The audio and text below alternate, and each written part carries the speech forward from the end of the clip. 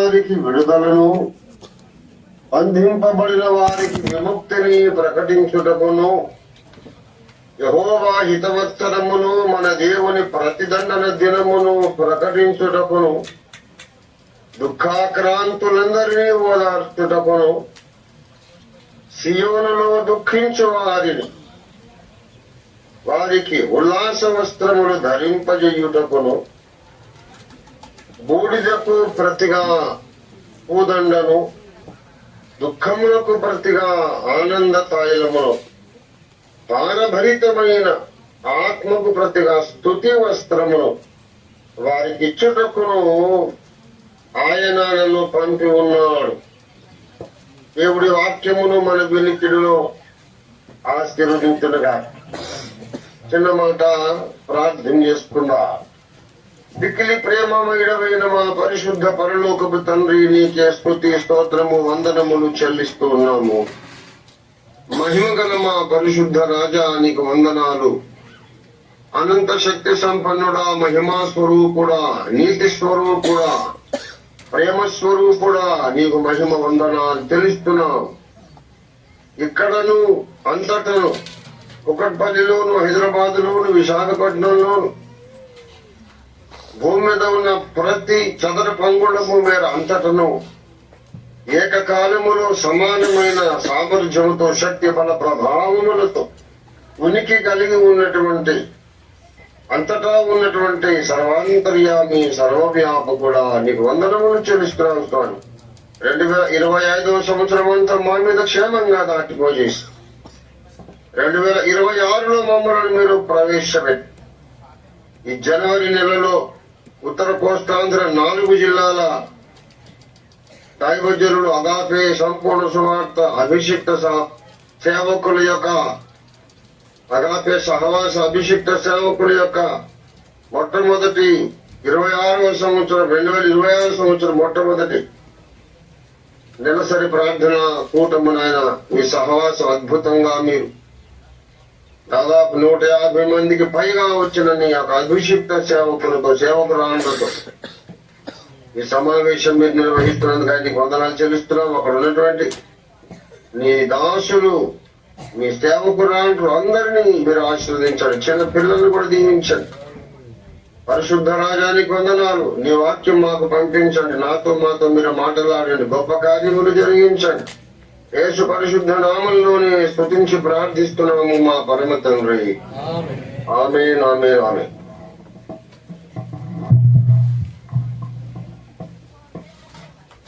ప్రభువునందు నాకు అత్యంత ప్రియులారా, ప్రియ సహదాస్తులారా, ఒక ప్రత్యేకమైన విషయం మీతో విన్నవించి ఈ కొత్త సంవత్సరాన్ని మీతో పాటు కలిసి ఒక నూతన ఆలోచన విధానంతో ఈ నూతన సంవత్సరంలో ప్రభు సేవను ముందడుగు వేసి ముందుకు తీసుకెళ్లాలని నేను ఆశిస్తున్నాను. ప్రియులారా, చాలా షార్ట్ మెసేజ్ కనుక డైరెక్ట్ గా పాయింట్ కి వస్తాను.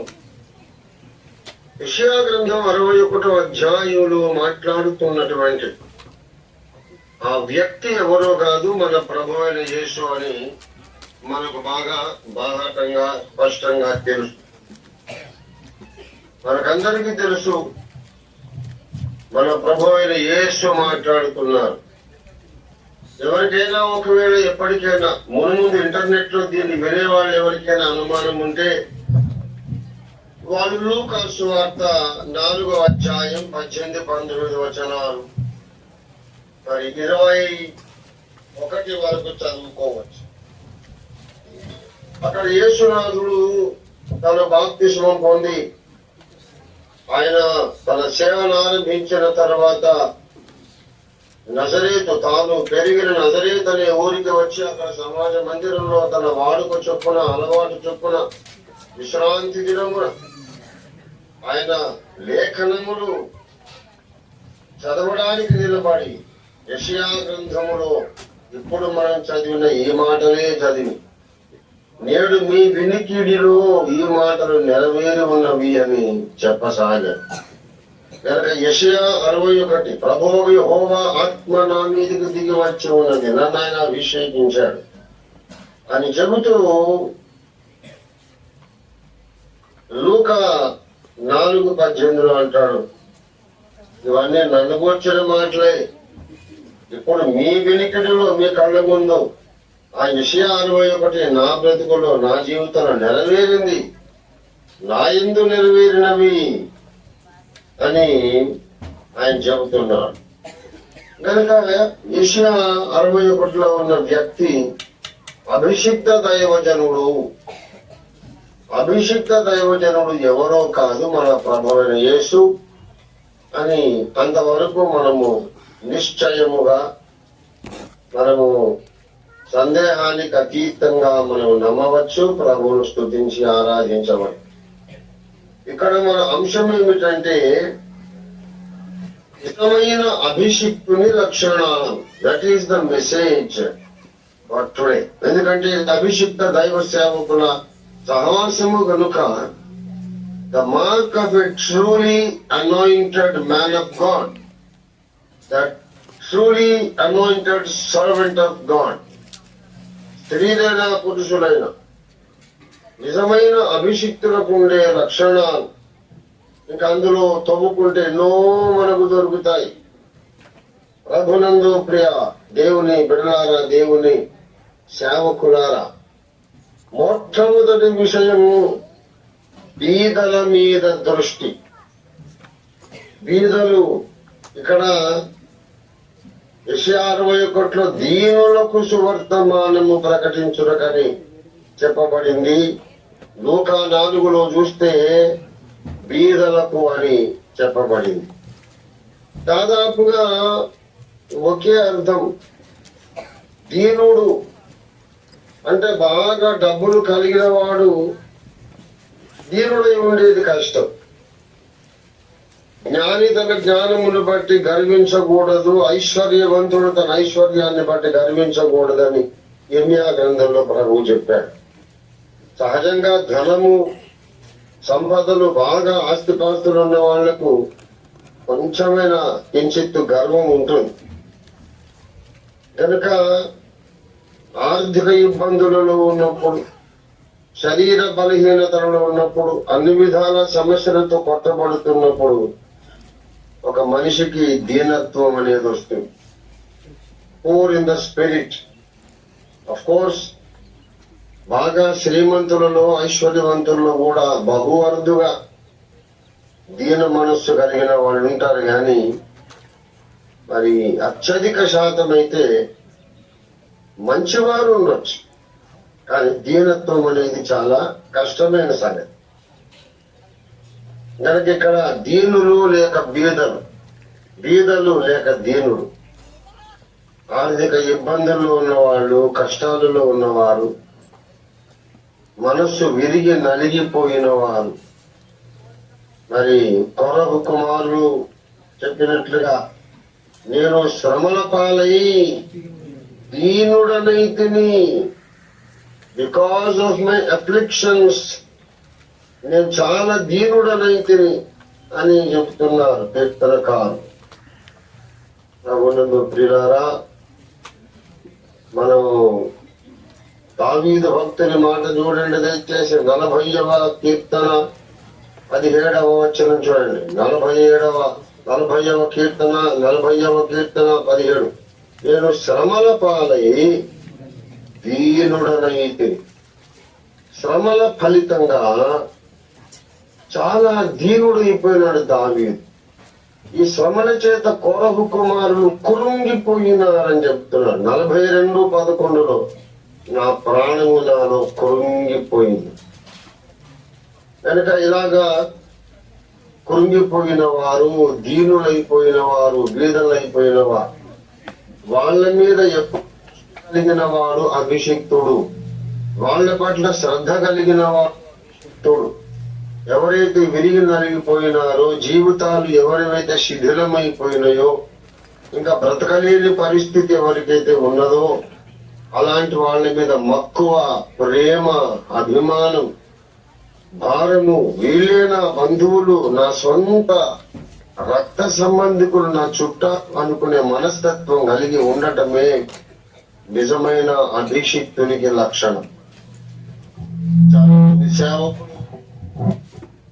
ఇతర సంస్థల్లో ఉన్న వాళ్ళు, వేరే వేరే పెంపకాల్లో పెరిగిన వాళ్ళు, ఎవరైతే బాగా ధనవంతులు, వైట్ కాలర్ జాబ్స్ ఉన్నాయో, గెజెట్ ఆఫీసర్స్, బాగా ఐశ్వర్యవంతులు, వాళ్ళ మీద కాలం వేస్తుంటారు, వాళ్ళ ఇల్లు దర్శిస్తూ ఉంటారు, వాళ్ళ దగ్గర ఊరికి మాటికి వెళ్తుంటారు.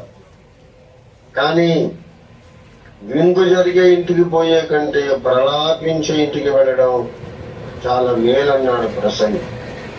ఎవరైతే దుఃఖములు ఉన్నారు, బాధలు ఉన్నారు, పేదరికములు ఉన్నారు, వాళ్ళ పట్ల మనం వాళ్ళ బంధువులలాగా ప్రవర్తించాలి. వాళ్ళే మన చుట్టాలు అని మనం ఫీల్ కావాలి. అది యేసయ్య మనస్తత్వం, యేసు ప్రభు వారి మనస్తత్వం. ఆయన బీదలతోనే ఎక్కువ సంచరించాడు. పెద్ద పెద్ద రాజభవనాలు, సైనికాధికారులు, ఐశ్వర్యవంతులతో ఆయన సంచరించాల.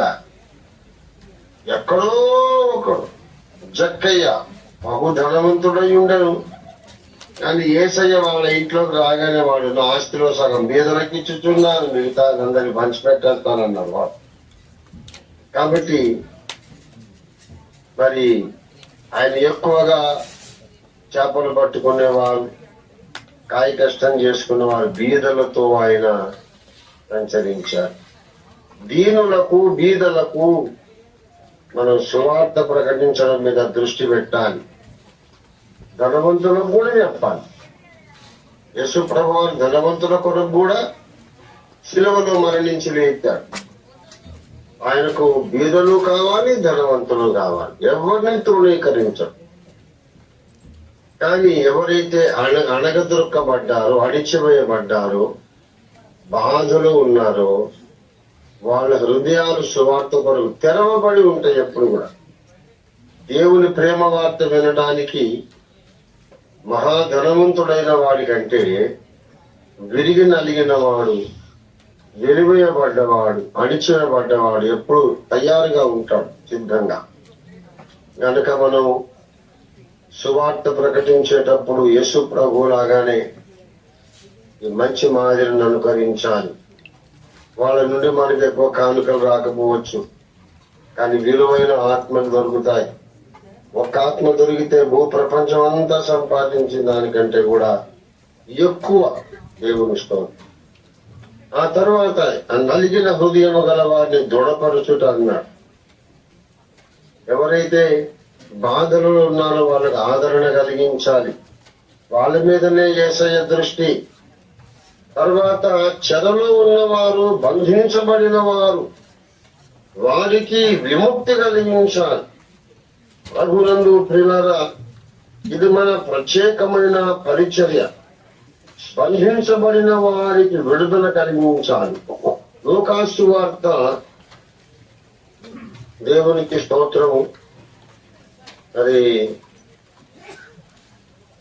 ఆయన చెబుతున్నాడు, ఒక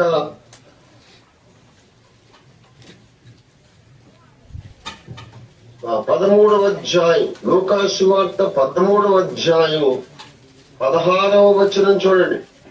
ఇదిగో 18 ఏండ్ల నుండి సాతాను బంధించిన అబ్రహాము కుమార్తె అయిన ఈమెను విశ్రాంతి దినమున ఈ కట్ల నుండి విడిపించతగదా అన్నాడు. ఒక ఆమె ఉన్నదట, విశ్రాంతి దినమున సమాజ మందిరంలో బోధిస్తూ యేసు ప్రభు వారు ఉన్నప్పుడు, లూకా 13:11వ వచనంలో 18 ఏండ్ల నుండి బలహీనపరుచు దయ్యము పట్టిన ఒక స్త్రీ అక్కడ ఉన్నది. ఆమె నడుము వంగిపోయి ఎంత మాత్రమును చక్కగా నిలబడలేకుండెను. ఆమెను చూచి, అమ్మా ఇటు రమ్మని పిలిచి, అమ్మా నీ బలహీనత నుండి నీవు విడుదల పొంది ఉన్నావు అని ఆమెతో చెప్పి ఆమె మీద చేతులుంచగానే ఆమె చక్కగా నిలవబడి దేవుని మహిమపరిచింది. ఈమె ఎందుకు వంగిపోయింది, ఎందుకు సరిగా నిలబడలేకపోతుంది, ఎందుకు సరిగా చక్కగా నడవలేకపోతుంది అంటే యేసయ్య చెప్పాడు, ఇది ఊరికనే వచ్చిన బలహీనత కాదు, నడుము రంగిపోయినాయి, నరాల బలహీనత కాదు, ఇదొక దయ్యం చేసిన పని అని చెప్పంటాడు. అక్కడ కట్లను కూర్చేసే మాట్లాడుతున్నా. సాతాను ఈమెను బంధించినాడు అని చెబుతున్నా. కనుక ఆయా ప్రజల జీవితాలలో ఉండే అనేక ఆరోగ్య సమస్యలు, ఆయా ప్రజల్లో ఉన్నటువంటి అనేకమైన రోగములు, సాతాను కట్టిన బంధకాలను మనం గుర్తుపట్టాలి ప్రియులా. ఒక్క ఆరోగ్య సమస్యలు మాత్రమే కాదు, ఆర్థిక పరిస్థితులు, ఆర్థిక ఇబ్బందులు, ఎంత ప్రయత్నించినా అభివృద్ధి చెందలేకపోయే పరిస్థితులు, ఎంత కష్టపడినా చేతిలో పైసా నిలవలేని పరిస్థితి. ఎంతో కష్టపడతాం, లక్షల చేతిలోకి వస్తాయి, కానీ మరుక్షణమే మాయమైపోతాయి. ఎంతో కష్టపడతాం, రావలసిన డబ్బు లక్షలు రావాలి, కోట్లు రావాలి, ఇదిగో ఇప్పుడే చేసేద్దామంటారు. అవతల వాడు పార్ట్నర్ వాళ్ళని దొరకకుండా అంతు చిక్కకుండా వెళ్ళిపోతాడు, వాడు మాయమైపోతాడు. ఇప్పుడే వస్తానంటాడు, అట్టే పోతాడు. ఇప్పుడు జరగాల్సిన అగ్రిమెంట్, డౌన్ పేమెంట్, ఇప్పుడు ఏదో ఒకటి అంటాడు, మంగళవారం అంటాడు, ఏదో శుక్రవారం డబ్బులు ఇవ్వకూడదు అంటాడు, మంగళవారం అశుభం అంటాడు. ఈ లోపల మంగళవారం అయిన తర్వాత నెక్స్ట్ డే ఎల్లుండి అమావాస్య సార్, అమావాస్యకు ముందు రోజు ఇవ్వద్దంటాడు. ఏదో ఒకటి చెప్పి ఆటంకం చేసి ఇంత లోపల ఎవరో ఒకరు బంధువులు చచ్చిపోతారు. కనుక శుద్ధి చేసుకోవాలండి తర్వాత. ఈ లోపల పుణ్యకాలం దాటిపోతుంది, డబ్బులు అయితే రావు. ఏదో ఒక ఆటంకం. ఇది ఏంటనుకున్నారు? సాతాను కట్టిన బంధకములు. మన ఆర్థిక పరిస్థితి మీద సాతాను కట్టిన కట్లున్నవి, మన ఆరోగ్య సమస్యల మీద సాతాను కట్టిన బంధకాలున్నవి. గత రాత్రి కూడా నేను జూమ్ ప్రేయర్ మీటింగ్, అర్ధరాత్రి ప్రార్థన మహాపోరాటంలో సందేశంలో ఈ విషయాలు చెప్పారు. ఇప్పుడు ఇంకా ఎక్కువ మంది ఉన్నారు. మరి నిన్న రాత్రి జూమ్ లింక్ లో ఒక 50-60 మంది మాత్రమే ఉన్నారు. ఇప్పుడు 150 మంది ఉన్నారు. కనుక మళ్ళీ చెప్తున్నా, బంధించబడిన వారిని విడిపించుట యేసయ్య పని. బంధించబడ్డ వాళ్ళని వదిలేయడు. ఆ బంధకాల్లోనే ఉండిపో, అట్లాగే మ్రగ్గిపో, అలాగే చచ్చిపో అనేవాడు కాదు యేసయ్య. అసలు నన్ను యెహోవా పంపిన కారణమే ఇది. ఎవరైతే ఆర్థిక సమస్యల కష్టతో కట్టబడినారో, బంధించబడ్డారో, రకరకాల సామాజిక, కుటుంబ, ఆర్థిక సమస్యలు, ఆరోగ్య సమస్యలతో బంధించబడ్డారు, వారికి విడుదల కలిగించడానికి యెహోవా నన్ను పంపి ఉన్నాడు అని మాట్లాడుతున్నా. కనుక ప్రియులారా, ఈ కొత్త సంవత్సరం అంతా కూడా మనము మన ప్రత్యేకమైనటువంటి పరిచర్య, ఈ బంధించబడ్డ వాళ్ళందరినీ విడిపించాలంటే, పేదవారికి సువార్త ప్రకటించాలంటే తప్పకుండా వ్యతిరేకత వస్తుంది. ఈ వ్యతిరేకత వచ్చినప్పుడు ఏం చెయ్యాలి అనేది ఈ అభిషిక్తుని చూసి మనం నేర్చుకోవాలి. వ్యతిరేకత వస్తుంది. వ్యతిరేకత వచ్చినప్పుడు మనం ఏం చెయ్యాలి? ఆ వ్యతిరేకత వచ్చినప్పుడు మనం ఏం చెయ్యాలి అంటే, చాలా జాగ్రత్తగా మనము మన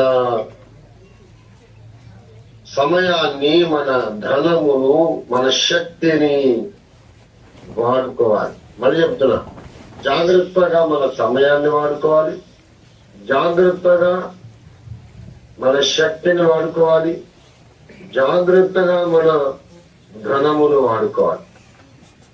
డబ్బుని ఎలాగ పొదుపుగా వాడుకుంటామో, మన ఒంట్లోని శక్తిని కూడా పొదుపుగా వాడుకోవాల్సిన పరిస్థితి, సమయాన్ని కూడా పోనీయకుండా జాగ్రత్తగా వాడుకోవాల్సిన అవసరం వస్తుంది. మరి అభిషిక్తుని చూసి మనం ఎన్నో నేర్చుకోవాలి. మనమందరం అభిషిక్త దైవజనుడు. ఈ అభిషిక్తుడైన యేసునాథుని దాసుడు. ఆయన మనకు మంచి మాదిరి చూపించాడు. ఆయన సమయం అనక అసమయం అనక కష్టపడి సేవ చేశాడు నిజమే, కానీ స్థలమును ఆయన పట్టించుకున్నాడు. స్థలమును, గడియలను అవన్నీ ఆయన పట్టించుకున్నాడు. అనుకూల సమయమా కాదా చూసుకున్నాడు. దయచేసి లూకాసు సువార్త 22వ అధ్యాయము 22 లూకాసు సువార్త 22:53లో నేను అనుదినము మీ చెంత దేవాలయములో ఉన్నప్పుడు మీరు నన్ను పట్టుకొనలేదు, అయితే ఇది మీ గడియయు అంధకార సంబంధమైన అధికారమును అని. కొన్ని సమయాలు మనవి కాదు, కొన్ని స్థలాలు కూడా కొన్ని సమయాల్లో మనకు కలిసి రావు. ఆ సమయాలు ఆ స్థలాలను మనం వివేచించి మనం పరిచర్య చేయాలి. ఒక చోట నిలబడి యేసు ప్రభు వారు శిష్యులతో మాట్లాడుతూ ఉంటే కాసేపట్లో అక్కడికి లూసిఫర్ గాడు వస్తున్నాడట, సైతాన్ గాడు వస్తున్నాడు. యోహాను సువార్త 14వ అధ్యాయము దయచేసి 30వ వచనం. ఇదిగో ఇకను నేను మీతో విస్తరించి మాట్లాడండి, ఈ లోకాధికారి వచ్చుచున్నాడు. వాడు వస్తున్నాడు, మనం ఇక్కడి నుంచి వెళ్ళిపోదాం. 31 లెండి ఇక్కడ నుండి వెళ్ళుతాం. ఆయన టైం గమనించాడు, తర్వాత స్థలాలు గమనించాడు. ఎప్పుడైతే కలిసి రాలేదు, అనుకూలము కాదు, ఆయన జాగ్రత్త పడ్డాడు. అనువుగాని చోట అధికులమనరా. ఆయన పరిస్థితులు బాగోలేనప్పుడు అక్కడి నుంచి సైలెంట్ గా తప్పించుకున్నాడు. యోహాను సువార్త 10వ అధ్యాయం మనకందరికి తెలిసిన వచనమే. 10:39 వారు మరలా ఆయనను పట్టుకొన చూచిరి గాని ఆయన వారి చేతి నుండి తప్పించుకొని పోయింది. మన మాదిరి పురుషుడు యేసునాథుడు. నేనేదో పెద్ద మొనగాడినని, ప్రజాస్వామ్యం దేశమని మనది, మనకు రాజ్యాంగ హక్కులున్నాయని మన శత్రువుల మధ్యలోకి గుడ్డిగా వెళ్ళిపోకూడదు. నేను ఎన్నో సార్లు చెప్పాను, మళ్ళీ చెప్తూనే ఉన్నాను. దైవజనులైన మీరు ఒంటరిగా ఎక్కడికి వెళ్ళకండి. ఒకవేళ రాత్రిపూట గాని ఎక్కడికైనా దూర ప్రాంతానికి మీరు వెళ్ళవలసి వస్తే, అపరిచిత ప్రాంతానికి, కొత్త ప్రాంతానికి వెళ్ళవలసి వస్తే, ఎవరైనా మిమ్మల్ని పిలిస్తే కనీసం 10 మంది, వీలైతే ఇంకెక్కువ మంది వెళ్ళండి. స్త్రీలు తమ హ్యాండ్ బ్యాగ్స్ లో మిరియాల పొడి, ఎర్రకారం పొడి పెట్టుకోండి. పెప్పర్ స్ప్రే కొనుక్కొని పెట్టుకోండి. ఇంటర్నెట్ లో మీరు లాగిన్ అయ్యి మీరు సెర్చ్ చేస్తే పెప్పర్ స్ప్రే అనే మాట కొట్టండి, PEPPER పెప్పర్ స్ప్రే దొరుకుతుంది. మీరు కొనుక్కొని పెట్టుకోండి. ఎవరైనా మీ మీదికి వచ్చి దాడి చేయాలంటే వాళ్ళ మీద కర్రలతో కొడితే కేసు, ఇంకేదైనా ఆయుధాలతో కొడితే కేసు. కానీ ఆడవాళ్ళ మీదకి వచ్చినప్పుడు పెప్పర్ స్ప్రే కొడితే ఏం కేసు లేదు. ఇంకా అది స్వీయ రక్షణ, ఆత్మరక్షణ కొరకు, సెల్ఫ్ డిఫెన్స్ కొరకు అని గవర్నమెంట్ కూడా మన పక్షమే ఉంటుంది. కనుక ఎక్కడికైనా వెళ్ళినప్పుడు ఇలాగూ డిఫెన్స్ మనం చూసుకోవాలి. ఇప్పుడు కేంద్ర ప్రభుత్వంలో ఉన్న ఎన్డీఏ ప్రభుత్వం, ఇక్కడ మీకు ఆంధ్రప్రదేశ్ లో ఉన్నటువంటి ప్రభుత్వం, వీళ్ళందరూ కూడా భాగస్వాములు అయినందు చేత మరి ఇంకా ఎక్కువైపోయింది సంఘాల మీద హింస. మొన్న ధర్మవరంలో, ఆంధ్రప్రదేశ్ లోని ధర్మవరంలో చక్కగా కట్టుకున్నటువంటి మందిరాన్ని దుండగులు లోపలికి వచ్చి మొత్తం అంతా ధ్వంసం చేసి బద్దలు కొట్టి మైక్ సెట్, ఇన్స్ట్రుమెంట్ అన్ని ఎత్తుకుపోయారు, కూలగొట్టేశారు. అక్కడ పాస్టమ్మ గారు కూర్చొని బోరణ విలపిస్తా ఉంది. ధర్మవరం ఇన్సిడెంట్ మీరు చూశారో లేదో నాకు తెలియదు. చాలా దారుణాలు జరుగుతున్నాయి. కనుక మనము జాగ్రత్తగా ఉండాలి. తోడేళ్ల మధ్యలో గుర్ర పిల్లల్లాగా మనం ఉన్నాము కనుక పాములలాగా వివేకులుగా ఉండాలి. పాము ఏం చేస్తుంది? మొట్టమొదట ముందు సెల్ఫ్ డిఫెన్స్ చూసుకుంటుంది. తను తాను క్షేమంగా కాపాడుకోవడానికే చూస్తుంది. అలాంటి లక్షణం మనకు ఉండాలి. మరి ప్రవీణ్ పగడాల గారికి ఎంత దారుణం జరిగిపోయిందో మీరు చూశారు. మనమందరము చూసాం, బాధపడ్డాం. ఆయన మంచివాడు, నేను ఒకరికి కీడు చేయరు కదా, నన్నెందుకు ఎవరైనా ఏం చేస్తారు అనే ఒక తత్వం. దేవుడుంటాడు, దేవదూతలు ఉంటారు, నాకేం తక్కువ, నన్నెవరు కొడతారు, దేవుని దూతలు లేరా, దేవుడు లేడా అనే నమ్మకం. అని చూడండి, ఆయన దారుణంగా అంతమొందించేశారు. దుర్మార్గులు, దుండగులు, ఆ నీచులు ఎవరైతే మతోన్మాదులు ఉన్నారో వాళ్ళే చంపేశారు. ఆయన ఇంతకుముందు చెప్పారు, నాకెవరు సెక్యూరిటీ ఉండరు, నేను ఒక్కడిని వెళ్తాను, నాకేం భయం లేదు, ఎక్కడికైనా ఒంటరిగా వెళ్తా, నా చుట్టూ ఎవరు ఉండరు అని చెప్పారు ఆయన. అలాంటి మాటలు పట్టుకుంటారు వాళ్ళు, ఎదురు చూస్తుంటారు. మీరు నన్ను గమనించి ఉంటారు, నేను చెప్పాను, నేను నిజంగానే ఒక్కడిని ఎక్కడికి వెళ్ళను, ఒక 10-20 మంది 50 మంది లేకుండా నేను వెళ్ళను. ఎవరైనా వస్తే 50 మందిని దాటుకుని రావాల్సిందే. ఏంటంటే దేవుని దూతల మీద, పరలోకపు సైన్యాల మీద, దేవుని దూతల మీద నమ్మకం లేక కాదు. వాళ్ళ పని వాళ్ళు చేస్తారు, మన పని మనం చేస్తాం. ఎవరి దూతలు ఉంటారు, కానీ దురద పెట్టినప్పుడు మనం గోక్కోవాలి, కానీ దూతలు వచ్చి గోకమని చెప్పొద్దు.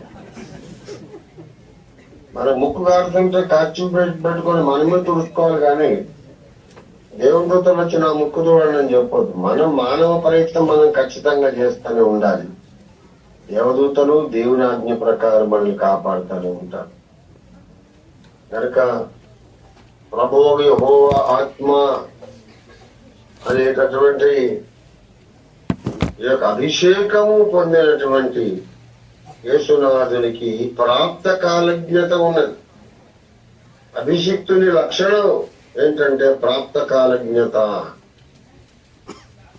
మరి సమయము ఎరిగి సమయోచితముగా ప్రవర్తించుట. ఒకప్పుడు దాక్కున్నాడు, మనకు తెలుసు, గాడిద పిల్ల మీద ఊరేగి మళ్ళీ యెరూషలేములోకి వెళ్ళాడు. అందరూ హోసన్నా హోసన్నా, జయము జయము అని అందరూ ఆయన రారాజుగా ఘనపరిచి తీసుకెళ్ళారు. అక్కడ దాక్కోవడం లేదు. పరిస్థితులను బట్టి మనము మరి ఎక్స్పోజ్ కావచ్చు, లేదా అవసరమైతే కొంచెం జాగ్రత్తగా దాగుకొని ఉండి మనము దేవుడిచ్చిన పని ముగించాలి. రానున్నది ఇంకా గడ్డు కాలము. దేవుని బిడ్డలారా, ఇంకా మనం ఎన్నో పనులు చేయాలి. ఇంకా ఒక 5 గ్రంథాలు ఇంగ్లీష్ లోకి రాయాలి, తర్జుమా చేయాలి. వాటిని ప్రపంచ దేశ భాషల్లోనికి మనము తర్జుమా చేయాలి. దానికి ఆర్టిఫిషియల్ ఇంటెలిజెన్స్ ఏఐని మనం వాడుకుంటాము. ఏఐ వాడుకోవడానికి పెద్ద మరి కర్మాగారం లాగా, ఒక వర్క్ షాప్ లాగా మనము ఒక 100 మంది టెక్నీషియన్స్ తో మనం ఒక వర్క్ షాప్ మనము స్థాపిస్తాం. మనం దానికి ఎన్నో సిస్టమ్స్ కొనాలి. ఒక 100 మంది స్టాఫ్ మనకు కావాలి. మన ప్రసంగాలన్నింటినీ ప్రపంచ దేశ భాషలలోకి ఏఐ ద్వారా, నా ముఖమే చూపిస్తూ నా స్వరాన్నే వారు ఏఐ ద్వారా వాడుకుంటూ ఇంగ్లీష్ లోకి, ఉర్దూలోకి, అరబిక్ లోకి, హిందీలోకి, అన్ని భాషల్లోని నా స్వరాన్ని ఏఐ ద్వారా తర్జుమా చేసి యాక్యురేట్ గా లిప్ సింక్ తో పాటు ప్రపంచ దేశాలను నింపాలి. ఇంకా చాలా పని జరగాలి, జరగబోతున్నది. మనం పూర్తి తయారీలో, సిద్ధపాట్లో ఉన్నాము. తప్పకుండా మనం ఈ 2020 సంవత్సరంలో ప్రపంచాన్ని రీచ్ అవుట్ కాబోతున్నాం. 100 కాదు, 200% మన సందేశాలు సర్వ ప్రపంచానికి వెళ్ళిపోతాయి. ఆల్రెడీ మేము ఒక టెస్ట్ ప్రాజెక్ట్ ఒకటి చేశాం. స్పానిష్ లో, పోర్చుగీస్, స్పానిష్, జర్మన్ లో నా వాయిస్, నా ముఖం పెట్టి నా ప్రసంగాలు చేస్తే ఎలా ఉంటుందనేది అదే కంటెంట్. అది చేసి చూసాం, చాలా వరకు అది సక్సెస్ అయింది. ఇంకా దాని కొరకు కొన్ని సిస్టమ్స్ కొనుక్కోవాలి, దానికి చిన్న చిన్న టూల్స్, ఇంటర్నెట్ లోనే టూల్స్ కొనుక్కోవాలి. దాని కొరకు టైమింగ్స్ ప్రకారంగా మరి ఈ సాఫ్ట్వేర్ ఎక్స్పర్ట్స్ ను కొంతమందిని మనం పెట్టుకోవాలి, ఎక్విప్మెంట్ కొనుక్కోవాలి. ఇవన్నీ కార్యక్రమాలు ఉన్నాయి. ఇది కోట్ల ఖర్చు. అయితే 100 కోట్లు 1000 కోట్లు అది అవసరం లేదు. అంతవరకు నేను చెప్పగా 100,000 కోట్లు అవసరం లేదు. కొద్దిగానే ఒక 4-5 కోట్లు ఆ లోపలనే 210 దేశాలు వాక్యంతో నిండిపోతాయి. దేవునికి స్తోత్రం కలుగునుగా. కనుక ప్రియులారా, మరి ప్రస్తుతం నేను ఇంగ్లీషు గ్రంథాల రచన ప్రచురణలో నిమగ్నమై ఉన్నాను. మన పాటల పుస్తకాలన్నీ అయిపోయినాయి, వాటిని మనం ప్రింట్ చేయబోతున్నాం. పరిశుద్ధ దేవుని కోరుతున్న జ్ఞానం కాపీస్ లేవు, మళ్ళీ ప్రింట్ చేయబోతున్నాం. దేవుని విశ్వ ప్రణాళిక మళ్ళీ ప్రింట్ చేయబోతున్నాం. అది ఇప్పుడు ప్రూఫ్ రీడింగ్ ఫైనల్ నా దగ్గర ఉంది. అవసరమైతే మీకు చూపిస్తాను.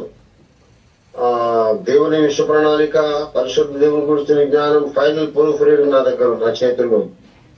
దాన్ని రేపటికల్లా ఫైనల్ చేస్తే ప్రెస్ ఎక్కిస్తా. రేపటికల్లా సత్యదేవాల్సిన పాటల పుస్తకాలు ఎక్కిస్తాం.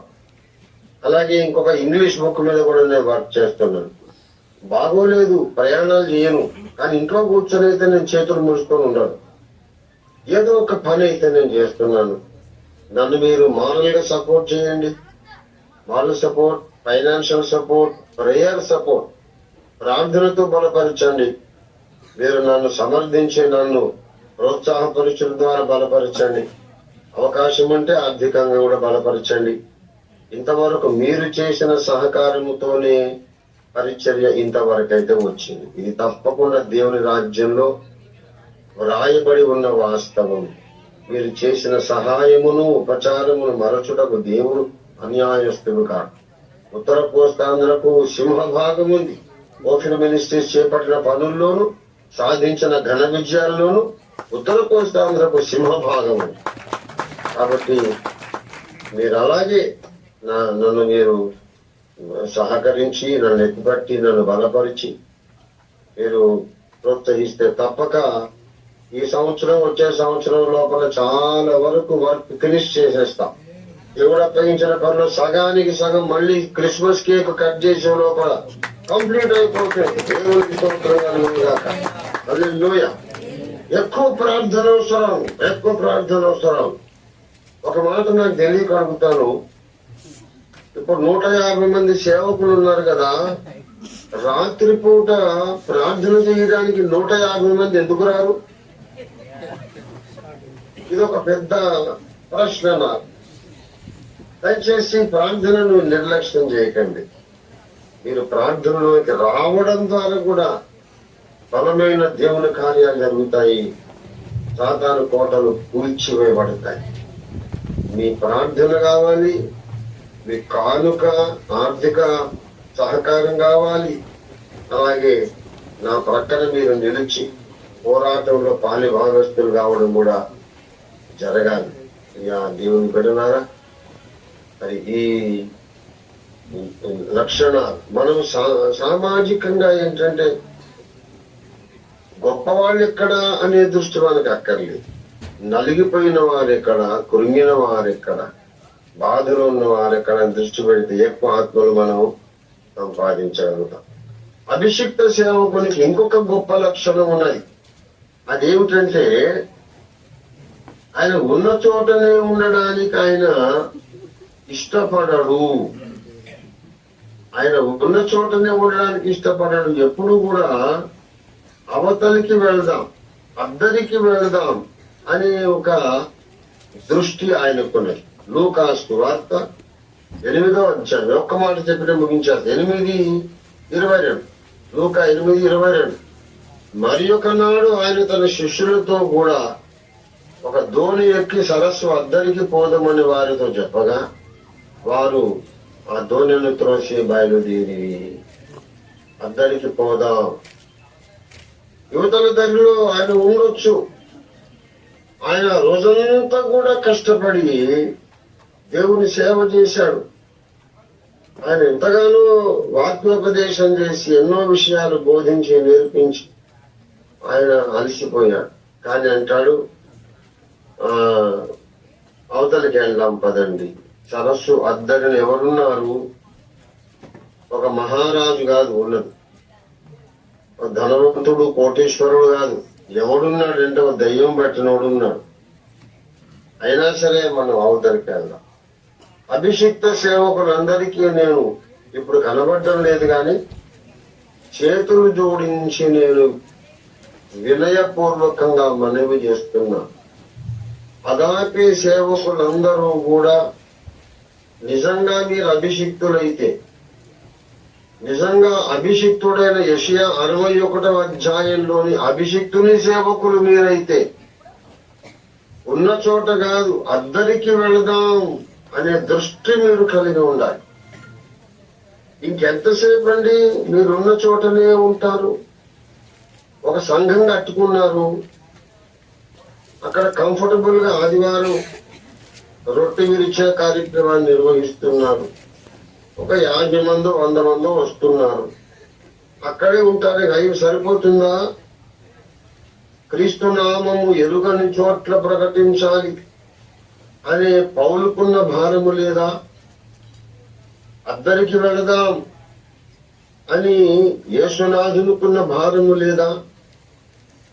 నిజమైన అభిషిక్తుడు తానున్న చోట ఎప్పుడూ తృప్తిపడి ఉన్నాడు. ఇది మీరు రాసి పెట్టుకోండి.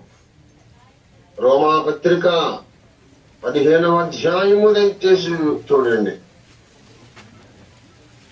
రోమా 15 దయచేసి 20వ వచనం. నేనైతే మరి ఒకని పునాది మీద కట్టకుండు నిమిత్తము ఆయనను గూర్చిన సమాచారము ఎవరికి తెలియజేయబడలేదో వారు చూతురని, వినని వారు గ్రహింతురని వ్రాయబడిన ప్రకారం క్రీస్తునాము ఎరుగని చోట్లను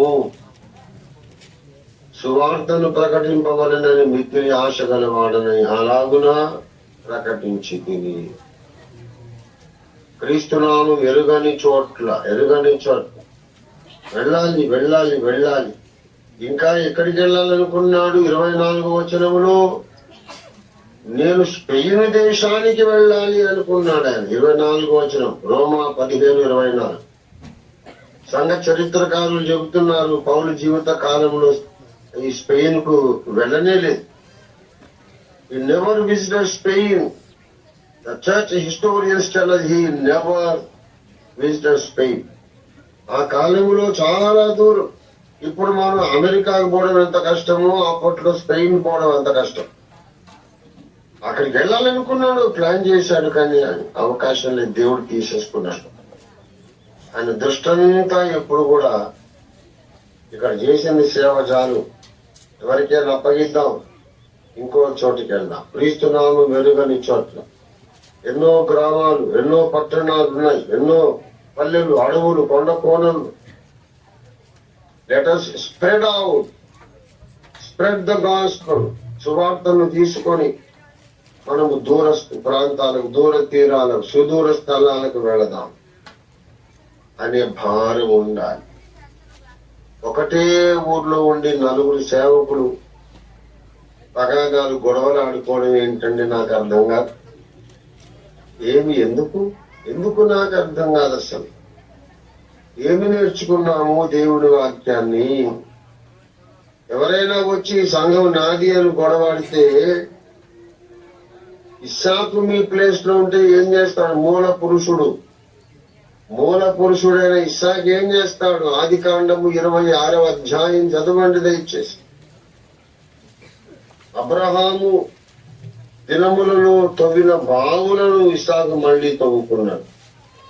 చదువుకుంటే 26వ అధ్యాయము 18వ వచనం, 26:18 వర్డ్స్. వాడెవడో చుట్టం కాదు, పక్కం కాదు, పాలెవుడు కాదు, మన జాతి కాదు, భాష కాదు.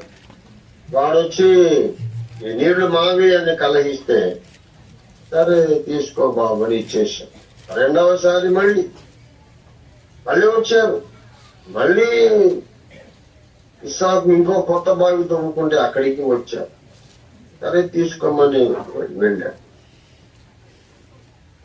ఇలా మనము మనదే వదిలేసిపోవాలన్న పరిస్థితిలో ఉంటే దీనికి రివర్స్ లో ఇంకొకళ్ళ ద్వారా రక్షింపబడ్డ ఆత్మలను మనం ఎత్తుకోవడం ఏంటి? ఇది చాలా విడ్డూరం. మనం సువార్త చెప్పి రక్షింపబడిన వాళ్ళ సంఘాలని ఎవరైనా ఆశిస్తే, సరే సత్యంలో పెంచిన ఆయన, నాకు ఇంకా ఒంట్లో ఆరోగ్యం ఉంది, నేను ఇంకా సుదూర ప్రాంతాల్లోకి వెళ్ళి వాక్యం చెప్తాను, నీకు ఆ సామర్థ్యం లేదేమో అని అంటాడు పౌలు గాని ఇస్సాకు గాని. పాత నిబంధన ఇస్సాకైనా కొత్త నిబంధన పౌలైనా అలాగంటారు.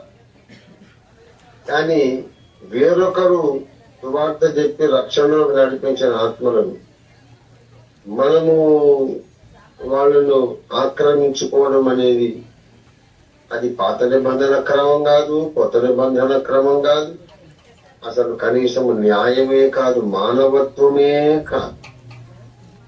గనక గొడవలు ఎందుకండి పాస్టర్స్ మధ్యలో? నశించే మనుషులు, గ్రామాలు, పల్లెలు, లక్షల కొద్ది గ్రామాలు భారతదేశంలో ఉండగా ఒకటే చోట ఉన్న 10 మంది ఆత్మల కొరకు 4 సేవకులు కొట్టుకోవడం ఎందుకు? అది అభిషిక్తుల లక్షణం కాదు. నిజమైన అభిషిక్తులు ఎప్పుడు కూడా వేరొకని పునాది మీద నేను కట్టకుండాన్నట్లు దూర ప్రాంతాలకి వెళ్తాను, అద్దరికి వెళతా. లూకా 8లో ప్రభు చెప్పినట్టు పదండి అద్దరికి వెళ్దాం. ఒకే చోట 4 కూర్చుంటే గొడవలు అయిపోతుంది. 4 దిక్కుల సువార్త ప్రకటించడానికి సత్యం కొరకు ధ్వజమునెత్తి ప్రయాణాలు చేస్తే కొత్త సంఘాలు పుడతాయి, కొత్త సత్య స్తంభాలు కట్టబడతాయి, సమాధానం కలుగుతుంది, యేసునామానికి మహిమ కలుగుతుంది. కనుక ఈ విషయాలు జ్ఞాపకం పెట్టుకోండి. అభిషిక్తుని లక్షణాలు: మొట్టమొదట బీదల పట్ల ప్రేమ కలిగి ఉండుట, తర్వాత సాతాను కట్టిన బంధకములను యేసిచ్చిన అధికారంతో ఆ బంధకాలను తెరించి వేసి బంధించబడ్డ వారికి విడుదల కలిగించుట అభిషిక్తుల పరిచర్య. మూడవదిగా పాముల వల్ల వివేకంగా ఉండి ఆ స్థలం ఎటువంటిది, సమయం ఎటువంటిది అనే ప్రాప్త కాలజ్ఞత కలిగి క్షేమముగా ఉంటూ పాముల వల్ల వివేకంగా పరిచర్య ముగించుట ఈ 3వ లక్షణం. 4వ లక్షణం చెప్పాను, అదేమిటంటే మరి మనం ఒక చోట కాదు, అవతల దానికి వెళ్ళిపోదాం, ఎప్పుడు కూడా అద్దరికి వెళదాం అనే దృష్టి కలిగి ఉండాలి. ఒక్క మాట నేను చెప్తాను, అదేమిటంటే మరి నన్ను కాపాడుకోవలసిన బాధ్యత మీ అందరి మీద ఉన్నది. వీళ్ళారా, నన్ను కాపాడుకోవాల్సిన బాధ్యత మీకు ఉంది. 2వ సమూయేలు గ్రంథం 18వ వచనం, 2వ సమూయేలు 18వ వచనం. దయచేసి అక్కడ యుద్ధానికి సన్నాహాలు చేస్తున్నారు. 18వ అధ్యాయం. దావీదు తన యుద్ధ ఉన్న జనులను లెక్కించి వారి మీద సహస్రాధిపతులను శతాధిపతులను నిర్ణయించి క్రింద ఒక భాగమును జనులను 3 భాగములుగా చేసి యోవాబు చేతి కింద ఒక భాగమును సెరూయా కుమారుడు అబీషయి అను యోవాబు సహోదరుని చేతి కింద ఒక భాగమును, గిత్తీయుడైన ఇత్తై చేతి కింద ఒక భాగమును ఉంచెను. దావీదు నేను మీతో కూడా బయలుదేరుదునని జనులతో చెప్పగా జనులు ఏమన్నారు? నీవు రాకూడదు. ఏమండి, చూశారా? నీవు రాకూడదు యుద్ధానికి. మేము పారిపోయినను జనులు దాన్ని లక్ష్య పెట్టరు. మాలో సగము మంది చనిపోయినను జనులు దాన్ని లక్ష్య పెట్టరు. మా వంటి 10,000 మందితో నీవు సాటి. కాబట్టి నీవు పట్టణమందు నిలిచి మాకు సహాయము చేయవలెనని అతనితో చెప్పి, అప్పుడు రాజు అన్నాడు, దావీదురా మీ దృష్టికి ఏది మంచిదో అదే నేను చేస్తానన్నాను. ఈ మాట నా శిష్యులు ఎప్పుడంటారా అని ఎదురు చూస్తున్నా నేను. అయ్యగారు, మాలాంటి 10 లక్షల మంది 10 కోట్ల మందితో మీరు సమానం. యుద్ధానికి మీరు రావడం ఎందుకండి? పెద్ద వయసు అయిపోయింది.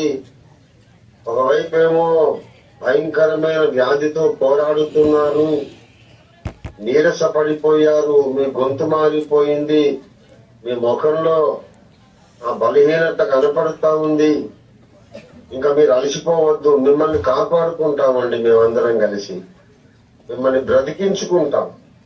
మీరు కొంచెం జాగ్రత్తగా ఉండండి అయ్యగారు, మీరు ఎక్కడ అలసిపోవద్దు. మీ స్వరం అయితే ఎలాగొస్తుంది మాకు చాలు. శారీరకంగా మీరు అలసిపోతే ఇంకా 20 ఏళ్ళు చేయాల్సిన సేవ 1 సంవత్సరానికి అయిపోతుంది.